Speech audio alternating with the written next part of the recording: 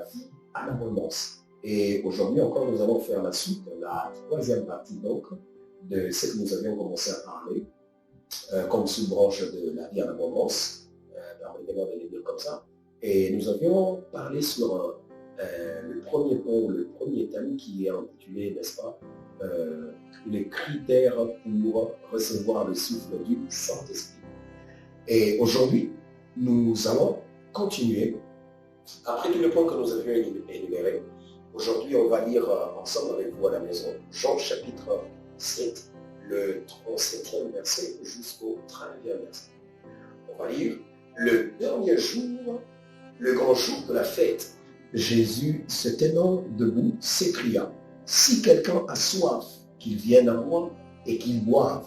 Celui qui croit à moi, de fleuves d'eau vive couleront de son sein, comme dit l'Écriture. Il dit cela de l'Esprit. Retenez, il dit cela de l'Esprit que devaient recevoir ceux qui croiraient en lui, car l'Esprit n'était pas encore, parce que Jésus n'avait pas encore été glorifié. Et par rapport à ce passage, on nous parle encore de l'Esprit. La Bible dit, Jésus s'était écrié fortement pour pouvoir donner l'invitation à tout le monde qu'il puisse venir chez lui afin de retrouver de l'eau vive, afin d'être lui-même une source qui sera en train, n'est-ce pas, de produire de l'eau vive. Et en train de s'écrier, il y a un élément que j'aime beaucoup plus. Il a utilisé un terme très particulier, il dit celui qui a soif. Et la Bible dit encore un deuxième élément, il disait cela à cause de l'esprit. Il parlait, n'est-ce pas, de l'esprit. Et vous allez commencer à comprendre à partir de là. Si vous avez besoin que dans votre vie, qu'il y ait la manifestation profonde de la présence du Saint-Esprit, vous devez avoir soif de cela. Vous devez en avoir envie. Si vous avez envie du Saint-Esprit, si vous voulez que le Saint-Esprit se manifeste au travers de votre vie, n'est-ce pas, par le moyen de la soif, Dieu permettra à ce que ça puisse bouillonner en vous. Dieu permettra à ce que vous puissiez commencer à agir que par le Saint-Esprit. Certes, vous avez trois parties. Vous avez le corps, l'âme et l'esprit. Mais la partie la plus principale qui fait fonctionner toutes les autres, c'est l'esprit. C'est pourquoi nous avions commencé par parler par l'esprit. Et directement, sans plus tarder, l'autre point à ajouter, si vous avez besoin du souffle du Saint-Esprit, de sa manifestation dans votre vie, ayez-en soif. Ayez envie du Saint-Esprit. Vous savez, vous devez être en mesure de savoir quand vous avez faim par rapport à votre corps qui commence à se sentir fatigué et lésé, et aussi quand vous êtes énervé, fâché, n'est-ce pas? Vous le ressentez au travers de votre âme par les émotions et les sentiments différents. Et c'est comme ça aussi avec le Saint-Esprit. Vous devez être en mesure de répondre aux demandes de votre esprit. Est-ce que vous avez soif du Saint-Esprit? Si vous présentez de la soif, si vous avez envie, Jésus est disponible pour vous les donner.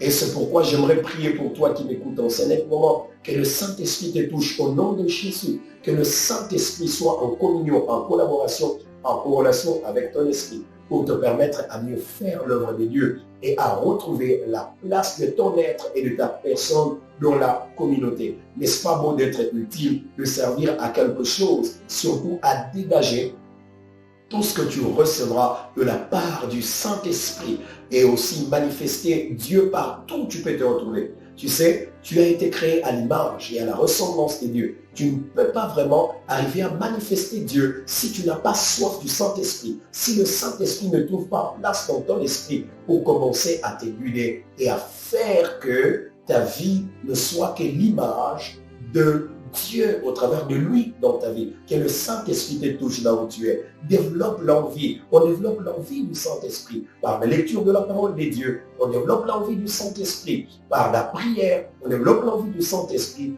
par le jeûne. Je crois que jusqu'à ce point-là, nous sommes tellement d'accord.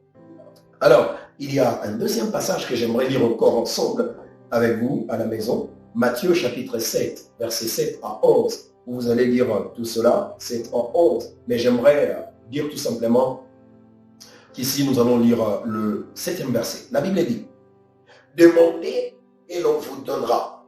Cherchez et vous trouverez. Frappez et l'on vous ouvrira. Ici, la plupart du temps, nous, en tant qu'enfants de Dieu, nous avons l'aspect de voir ce dont on a besoin matériellement, c'est-à-dire pour satisfaire notre partie qui est le corps. Et on demande des choses visiblement, c'est-à-dire qui frappent à l'apparence. On demande des véhicules, on demande la femme, on demande vraiment beaucoup de choses, tout ça. Mais j'aimerais qu'on puisse tourner notre regard vers le Saint-Esprit. Si vous avez besoin du Saint-Esprit, cherchez-en. Et il est temps d'en demander à Dieu. Si vous demandez, on vous le donnerait. Vous allez recevoir le Saint-Esprit et il va commencer à agir au travers de votre vie. Votre vie a besoin du Saint-Esprit. Partout où vous vous retrouvez, dans votre travail, vous avez besoin du Saint-Esprit. Dans tous les domaines de votre vie, si vous voulez avoir plus d'influence que partout où vous êtes, dans toutes les sphères qui est possible, il vous faudra le Saint-Esprit.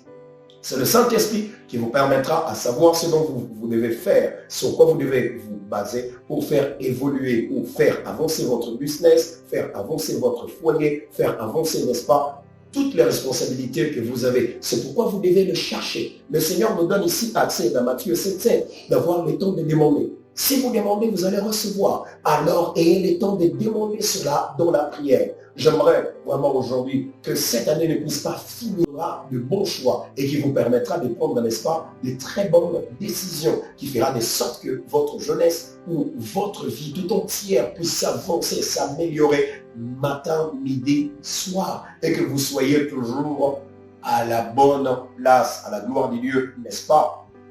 Merveilleux vraiment de se retrouver dans cet angle-là. Peut-être j'aimerais ajouter certains détails que je n'aimerais pas lire, vous allez lire pour comprendre.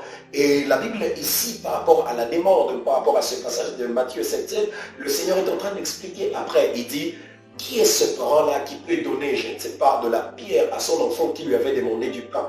Il n'y en a pas. Qui est ce parent qui peut donner à son enfant les serpents qui lui avaient demandé du poisson? Il n'y en a pas. Alors, si seulement aussi les hommes mauvais que nous pouvons être de foi et très durs envers nos proches, que dire de Dieu, c'est lui qui nous a créés, qui nous a donné le cœur que nous avons, qui développe l'amour à tout moment et à chaque instant si l'on tourne notre regard vers le Seigneur. Alors, vous allez comprendre que dans ce passage, il parlait du Saint-Esprit. Le Saint-Esprit est disponible. Le Saint-Esprit est disponible pour toi. Il est disponible pour moi. Si tu le crois, qu'il ouvre tes yeux. Si tu le crois, qu'il te touche de partout où tu es et que tu puisses commencer à expérimenter de nouvelles choses. Tu as besoin seulement, mon frère, ma soeur, que de demander. C'est tout ce qui permettra à ce que tu puisses réussir dans tous les domaines de ta vie. Demande et le Seigneur t'en accordera. Donc, si tu as le temps de chercher au travers des prières sincères, tu dis, Seigneur, je n'ai pas du Saint-Esprit, j'ai besoin vraiment de ton esprit. Le Saint-Esprit viendra sur toi, tu recevras de la puissance, l'onction de Dieu et qui te permettra à réussir tous les domaines de ta vie. Alors, ici, le dernier critère qui nous permettra à recevoir le souffle du Saint-Esprit, j'aimerais qu'on essaie de lire ensemble Actes des Apôtres. Vous trouvez Actes des Apôtres chez vous à la maison. Chapitre 8, le verset 1 à 4. Actes des Apôtres, chapitre 8, le verset 1 à 4. J'aimerais dire ici. Saül avait approuvé le meurtre d'Étienne. Il y eut ce jour-là une grande persécution contre l'église de Jérusalem. Et tous, excepté les apôtres, se dispersèrent dans les contrées de la Judée et de la Samarie. Des hommes pieux ensevelirent Étienne et le pleurèrent à grand bruit. Saül de son côté ravageait l'église, pénétrant dans les maisons, il en arrachait hommes et femmes et les faisait jeter en prison. Le verset 4. Ceux qui avaient été dispersés allaient de lieu en lieu, annonçant la bonne nouvelle de la parole. Vous voyez, il y avait de la persécution au milieu des apôtres, mais puisqu'ils avaient le Saint-Esprit, ils ne pouvaient pas regarder à la persécution pour abandonner l'œuvre de Dieu. Mais ils continuaient à servir parce que le Saint-Esprit était avec eux. Ici, j'aimerais te dire, le Saint-Esprit te donne plusieurs possibilités. Le Saint-Esprit te donne la force que tu n'avais pas. Le Saint-Esprit ôte en toi la peur. Le Saint-Esprit ôte en toi le regret. Le Saint-Esprit te motive, te donne toujours la première position. Te donne toujours le temps de prendre part et de continuer à servir le Seigneur malgré les temps difficiles que tu peux avoir. Tu as besoin de plusieurs possibilités, d'avoir la force, de plusieurs possibilités, que le Saint-Esprit change de personnes dans ta famille qui ne marchent pas selon le Seigneur, qui ne comprennent pas et qui ne veulent pas vraiment donner leur vie à lui. Le Saint-Esprit t'accordera cela. Le Saint-Esprit n'a pas que la capacité de toucher les gens pour qu'ils puissent tomber, faire ceci ou cela, mais il a la capacité de te donner à toi-même la force de continuer. C'est pourquoi vous allez voir quelqu'un, vraiment, il est persécuté dans sa famille. On lui dit des gros mots, on lui dit tout ceci, tout cela, mais il n'a pas le temps d'abandonner. Il continue toujours à aimer le Seigneur. Il continue toujours à le servir de tout cœur et avec amour. Qu'est-ce qui fait ça? C'est le Saint-Esprit. Alors, si vous êtes dans le livre de Jean chapitre 5, le verset 1 à 4, vous allez encore lire quelque chose de merveilleux qui permettra à booster votre foi et qui fera de sorte que vous puissiez comprendre quelle est l'importance et la place du Saint-Esprit dans notre marche chrétienne, pourvu que vous n'ayez jamais à faillir à votre mission et à votre plan avec le Seigneur. Je bénis le Seigneur parce que plus nous sommes en train de parler de ces choses, plus tu entends, le Saint-Esprit t'accordera ce dont tu as besoin afin d'aller le plus long que possible avec le Seigneur. Jean chapitre 5, le verset 1 à 4. J'aimerais dire, après cela, il y eut une fête de Juifs et Jésus monta à Jérusalem. Bon, il y avait une fête de Juifs et Jésus monta à Jérusalem, donc il est parti à Jérusalem. Et quand ils sont arrivés là-bas, vous connaissez l'histoire, je n'aimerais pas lire ici, vous allez lire à la maison. Quand il est arrivé là-bas, c'était à la fête de Cana, là, il y avait une fête de noces. Et quand il est arrivé là-bas, la Bible dit, il y avait manque de vin. Mais parce qu'il avait la possibilité de faire autrement, plus que ce qui était là-bas, au travers le Saint-Esprit. La Bible dit sincèrement, honnêtement, clairement. Il a eu seulement le temps de toucher de l'eau et de l'eau s'était transformée en vin. Ça ne s'était pas transformé pour rien. Ça s'est transformé parce qu'il avait le Saint-Esprit en lui.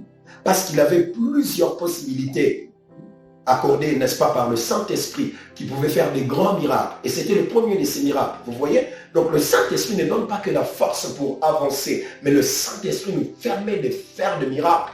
Tu as encore besoin de plus que ce que j'essaie de te dire ici. Tu as besoin d'aller au-delà, d'impacter les gens. Tu as besoin d'aller au-delà, d'impacter ta communauté, d'impacter le milieu où tu te trouves. Tu as besoin de la présence du Saint-Esprit.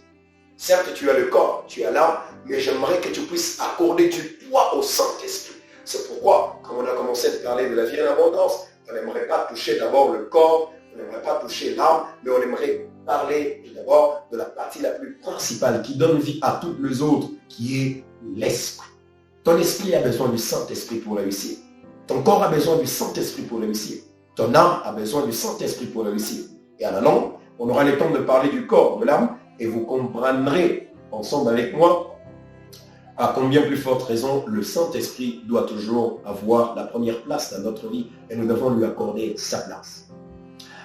Alors j'aimerais ici prier pour chacun de nous afin que le Saint-Esprit puisse se manifester dans ta vie à chaque instant que tu voudras. Oui, de partout où tu es, j'aimerais qu'on prie au nom de Jésus. Oui, je demande seulement que le Saint-Esprit souffle dans ta vie au nom de Jésus. Que le Saint-Esprit souffle dans ton ministère au nom de Jésus. Que le Saint-Esprit souffle dans ton travail au nom de Jésus. Que le Saint-Esprit te permette d'expérimenter de nouvelles choses au nom de Jésus. Reçois une dose nouvelle du Saint-Esprit. Puisque tu as entendu la vérité qui affranchit, puisque tu as entendu la vérité qui libère, puisque tu as entendu la vérité qui éclaircit nos voies sur la terre, que la puissance de Dieu te cherche et te trouve où tu es au nom de Jésus.